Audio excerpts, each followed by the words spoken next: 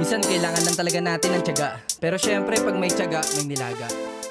So may pinadala sa atin ng ECU and receiver. So ang sabi ng client dito ay nawala daw yung kanyang remote, pero kabisado yung code. Okay, so ipapacheck sa atin kung good, and kapag good siya, papalagyan ng bagong remote. Okay, so buksan mo natin tong box na to. Galing to ng Ormoc Leyte. So ito, silyado siya. Yun. Okay, so tanggalin pa natin yung kanyang pinaka-seal. Ayan guys, so nabuksan na natin.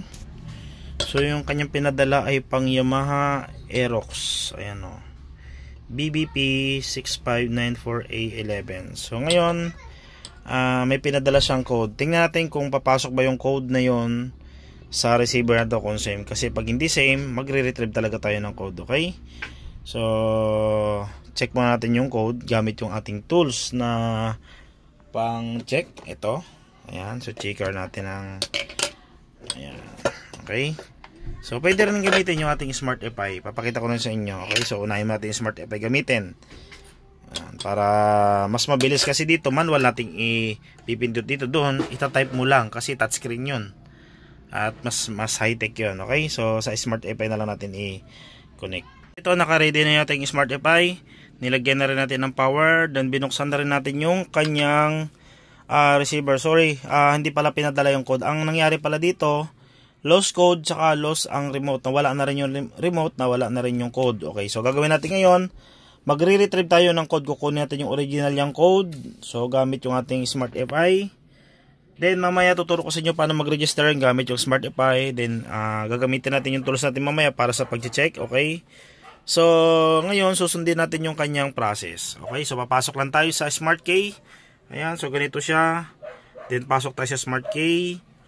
Then Yamaha yung motor, kasi yung motor niya na pinadala ay BBP. Ayan, so Aerox yan na keyless. Okay, so pasok tayo sa Smart Key control unit part number. Okay, then pasok tayo dito sa ano ba nakalagay sa kanya, BX9.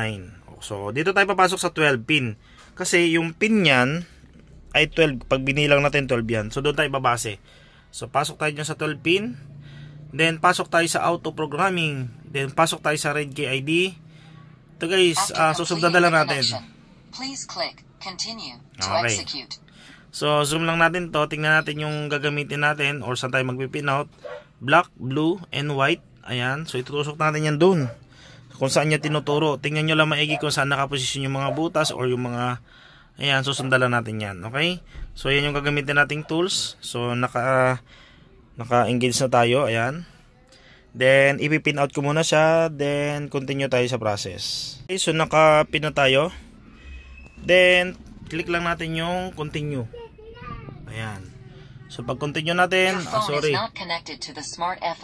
reconnect. Ulit lang natin guys, kasi nag-out yung ano natin, nag-out yung Smart FI natin. So ulit lang natin yan. Pasok tayo duli sa Smart Key. Sorry, medyo malikot kasi naka one hand, nakatusok na ako. Ayan, susundan nyo lang yung process kanina. Auto programming, red key ID, then continue. Please click continue. Okay, so pag continue, ganyan na siya, processing data. Hintayin lang natin yan, mabilis lang yan. Ayun, so lumabas na yung code natin. Okay, so pwede nating bitawan to. Ayan, ngayon, so lumabas na yung code natin, nakuha natin yung code natin. Picturein natin yan, 636116. So ngayon, pupunta na tayo dun sa pagre-register ng remote agad. So back tayo, then punta tayo sa manual programming. Add fob by key ID tayo. Ayan. So type, prepare a new fob. Okay lang.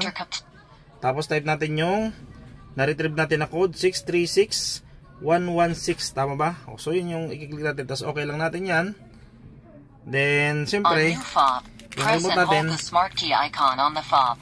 yan. The fob light changes from blinking slowly to flashing quickly. Alright. So pag mabagal, ayun, off yun. Dapat ang kailangan niya mabilis. Okay. So ngayon, habang pinapasok natin yung code, pag okay natin yan, magka-count yan ng 1 to 7. Okay, so bago mag 7, abang na tayo sa remote kasi iilaw to. Pag umilaw to, ibig sabihin, pindutin agad natin. Huwag na tayo magpa-delay na ilang seconds kasi mag-field, okay? So, pag okay natin, ayan, counting na yan.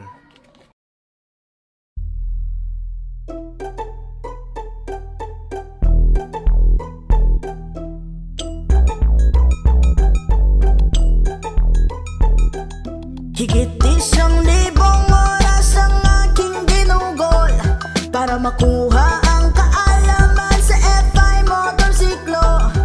Mabait 5 sikat pa sa aral at hindi hula-hula. Doon mo malalaman kung mahusay ang gawa.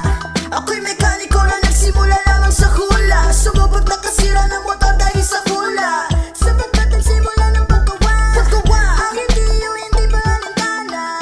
Ngunit sa paglipas ng panahon ako'y biglang pinagpala ang taon-taon.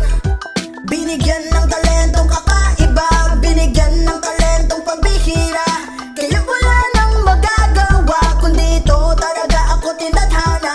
Higit 1,000 oras ang aking ginugol para makuha ang kaalaman sa FI motorsiklo. Mabait 5 sikat pa. Ayan guys, so nakita nyo, pinindot ko agad siya.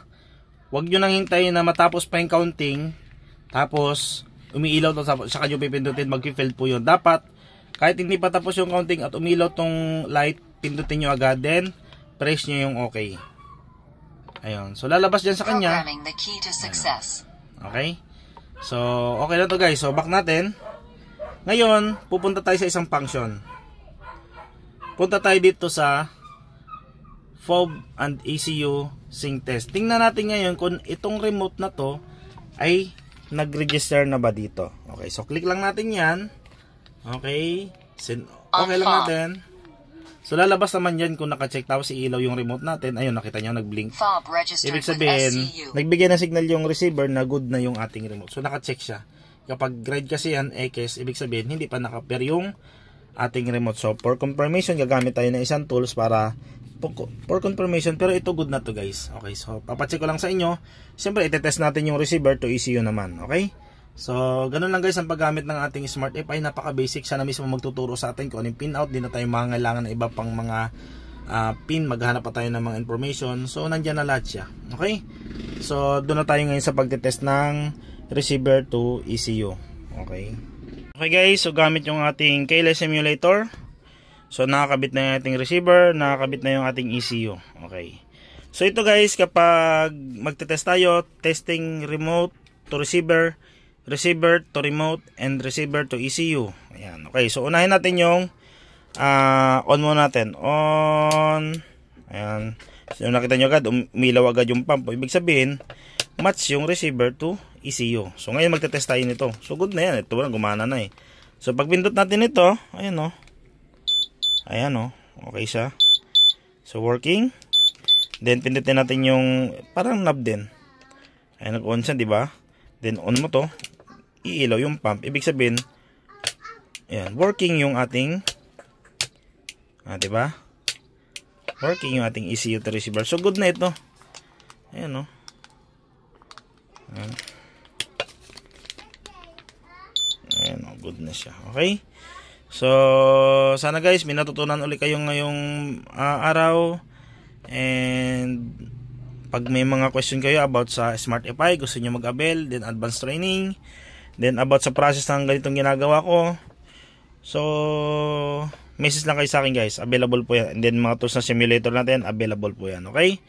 So magandang araw sa ating lahat. Higit 1,000 oras ang aking ginugol para makuha